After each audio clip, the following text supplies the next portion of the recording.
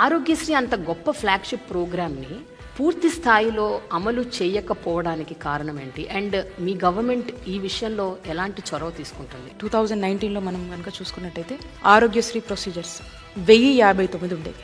మా ముఖ్యమంత్రి గారు 3257 ప్రొసీజర్స్కి తీసుకొచ్చారు. టీడీపీ హయాంలో 742 హాస్పిటల్స్ ఉన్నాయి. జగనన్న వచ్చాక 2350 హాస్పిటల్స్ వరకు కూడా రాష్ట్ర ప్రజల కోసం ఈ రోజు పనిచేస్తా ఉన్నాయి. ఆరోగ్య సురక్షిత మీద క్యాంప్ పెడుతున్నారా అంటే మీరు కంపల్సరిగా చూపించుకోవాలని ఉంది. తీసుకెళ్లి మరుక్షణం బెస్ట్ లో కొంచెం గెట్ట కనపడుతుంది అన్నారు. నేనేం చేయాలి మంత్రుడు, నా పరిస్థితి బాగాలేదు.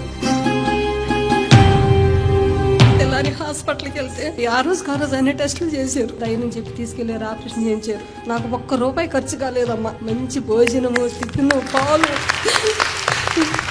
అన్ని ఫ్రీగా ఇచ్చారు.